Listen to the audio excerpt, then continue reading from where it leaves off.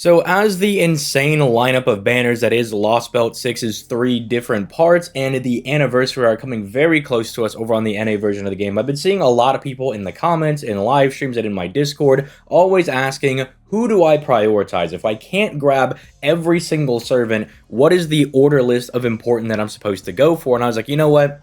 Let me just make a video for everybody, because then you can come back and refer to this, and I'll try to give you some different perspectives as to like, well, here's why Koyanskaya might be really good to go for, but if your account kind of looks like X, Y, or Z, then maybe this other servant is better for you to go ahead and go for. But spoiler alert, I do think that Koyanskaya is probably the priority out of everybody here, but I'll explain that in just a second. If you guys enjoy daily FGO content, make sure to leave a like on the video and you subscribe to the channel for that sweet daily FGO content, as your boy is always out here to make sure that you have content to watch every single day and that you are informed on the goings on both versions of the game. Also, if you want to see me stream, I do that every weekday starting at 6 p.m. Eastern Standard Time over on my Twitch, which is linked down in the description down below. But with all that being said, let's go ahead and start diving into this. So the first banner that I think is the most important, as much as I would like to say Morgan, as I am a huge Morgan simp, is going to be Koyanskaya.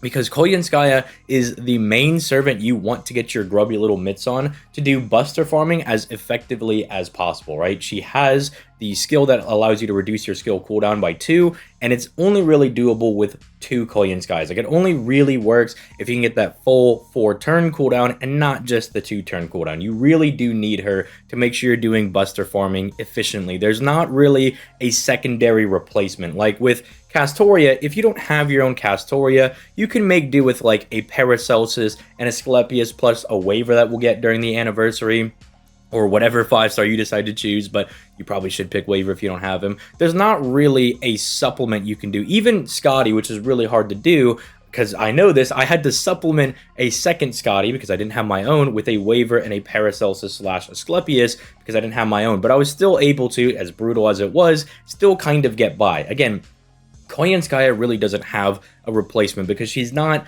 hard looping. She's giving you a raw battery, which if you're just going to do raw batteries of like numerous different servants in a row, you might as well just use someone like Chen Gong instead and get a bit more value out of that instead of trying to do buster farming without Koyanskaya. So I think if you prioritize somebody, Koyanskaya is the one that you really want to go for, because as someone that does play JP pretty avidly, it is very notable. Like, it's not impossible to do without Koyanskaya, like those 1 million nodes and everything, but it's very strenuous to do, right? Or sometimes you feel a bit restricted, or it comes down to a lot of RNG. Sometimes you need to find some face cards. Sometimes it's dependent on finding like an NP5 Castoria friend, which is not always the easiest thing to do.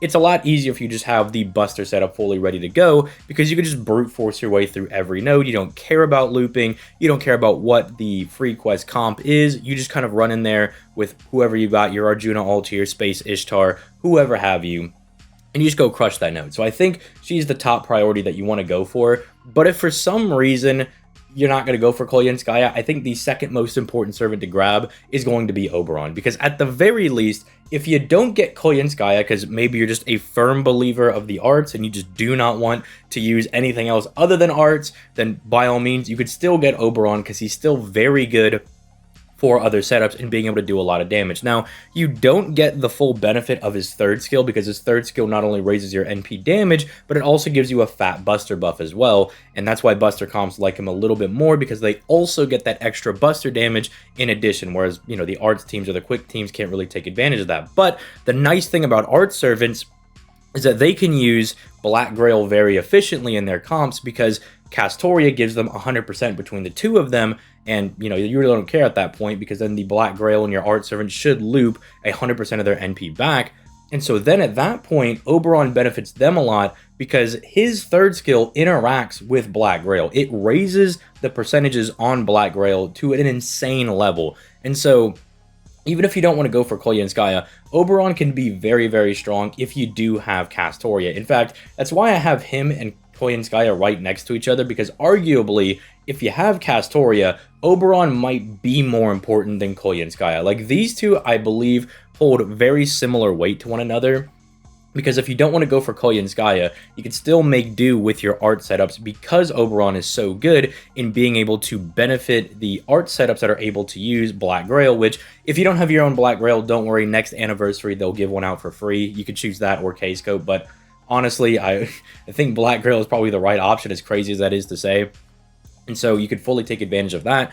But let's say you don't have Castoria, or you missed out on her on the first banner over here because Castoria comes out with Morgan a couple weeks after she releases. Let's say you don't have Castoria, or you missed out on her, then Koyanskaya is probably going to be the way to go, because even though you do need technically a 30% battery servant or a 50% battery servant ideally, you can get by with some more quote-unquote free-to-play options. Now, I know that Casterku isn't exactly free-to-play and you only get the one copy of him, but if you do roll a little bit on Morgan's banner to get a couple extra copies of him, he's a very solid free-to-play option to use for your Koyanskaya buster farming. And this is going to sound like a big meme, but if the node isn't too big, you could whip out the GOAT Spartacus, because he does have a 30% battery. Although, if you're going to use Spartacus, you might want to also go for Oberon in that case, because you're going to be really down bad for damage at that point. But it is something you could do, and I have seen some people grail their Spartacuses to level 100, so I don't know. If you're just that crazy of a lad, then, I don't know, pop off with Spartacus, I guess, until you get somebody better. But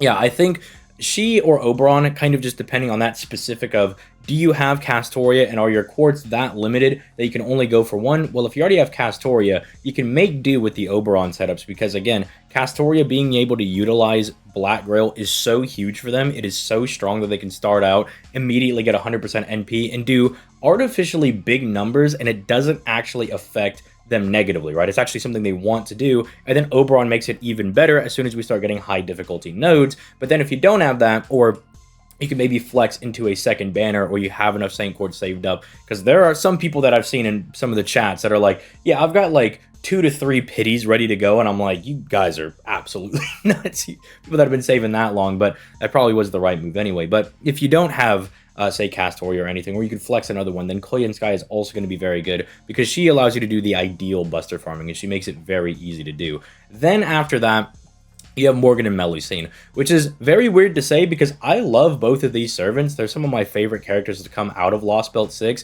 but to say that they are like the secondary priority just hurts my soul a little bit. Now, if you don't have someone like Arjuna Alter and you're going for the Koyanskaya Oberon buster looping thing, for one, you can wait to the very end to try to claim Morgan. You can try your luck on Koyanskaya, then Oberon, then wait for Morgan to come out, because very similarly to this Castoria banner that follows up the original Morgan banner, Morgan also follows up on Oberon's original banner. So you could try to get her after all things are said and done, because especially by this point, like, there's really no rush to try to get the buster farming thing done, because Nerofest should be way over by this point, and there's not like a major event hitting it. I guess unless you count the summer event, but that summer event's not particularly hard. And so you could wait till this last one over here, but unless you're like me and you just really want to go for Morgan, or you really want to get the Ku Caster, because for some reason they didn't bring him back on this banner. He's on this one, but not on this one. Very weird. I guess it's to incentivize, like, oh, you got to go for this one if you're on NA. We know what you guys are doing, even though when this originally came out on JP, it shouldn't have affected them at all. You should have just still thrown him over there.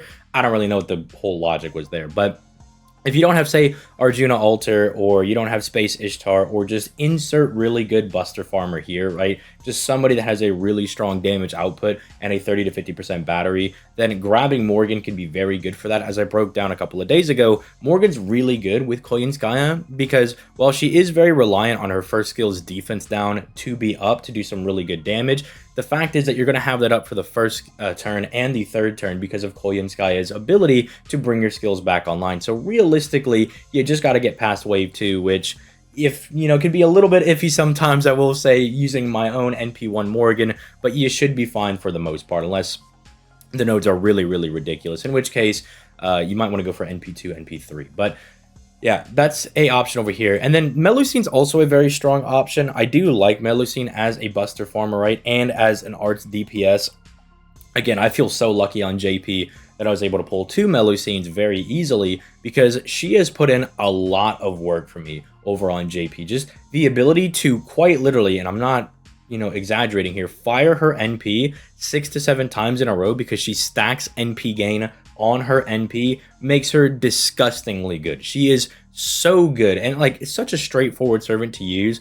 Even without touching her third skill to making her an AoE, her first and second skills are already just good enough to give her like battery, damage, crit, all that good stuff, like the ability to absorb stars. It's just a bunch of really good stuff That makes her a very, very solid arts DPS. Probably my pick for like the best arts DPS in the game. If you were to hold me down and press me on who I think it was, I really do like Melusine a lot. I think she's very, very strong. Now, if you're going for her specifically as a Buster farmer, yes, the 100% battery does make her very flexible with some certain CEs. It is very good.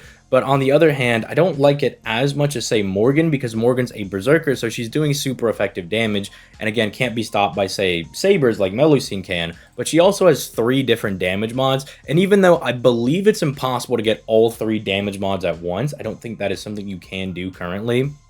It is still very good that she has all of those, right? Because it makes her pretty solid, because even with 1 damage mod, whether it be Round Table Fae or Man, they're all going to give her pretty decent damage in combination with her being a Berserker. And so I think she's probably the 3rd priority to go for after, well, I guess these 2 are technically tied for, like, not you.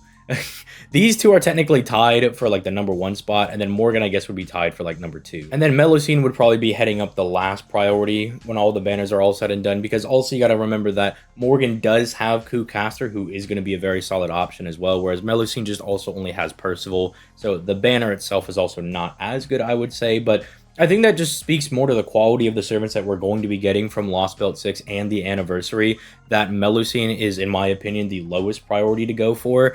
I just think that goes to show, like, that no. I have nothing but good things to say for Melusine. Like, S-tier servant all the way, but I think that just speaks to, like, how crazy these new servants are coming out, especially these 2. Like, these 2 guys right here are just absolutely nutty dummy broken. I have no idea what they were thinking when they dropped both of these, because when they released Koyanskaya, I was like, okay, Buster is now on the same level as, like, say, Arts. It's really solid, it's really good. And then, like, 2 weeks later, they were like, oh, yeah, by the way, here's Oberon over here, who just makes Buster the de facto best thing you can be doing, and it also fixes some of the small problems with Arts, because, again, Arts can use Black Grail, and Oberon loves it when you have just big fat NP damage, and it made them really insane. I guess it also kind of helps out Quick technically, but Quick really can't use Black Grail, and they can't really do anything with the Buster buff. If you're using Quick, ideally you want to have like a max limit broken K-scope or a K-scope with your append skill, because they do struggle a little bit when it comes to looping. But yeah, let me know your thoughts in the comments down below. This is the priority list that I think I'm going to be going and putting out there. I think I've kind of explained it rather well. But if there's anything else you guys want me to discuss for the upcoming releases, because the pre-release campaign should be coming out relatively soon. Well, technically it's already dropped, but we don't have the Da Vinci Rider banner as of me recording this video. But let me know that in the comments down below. If you guys need me to talk about anything else, I'll make sure to get that done. But with all that being said, I'm going to go ahead and get out of here. You guys have yourselves a nice day. Peace. Late, guys.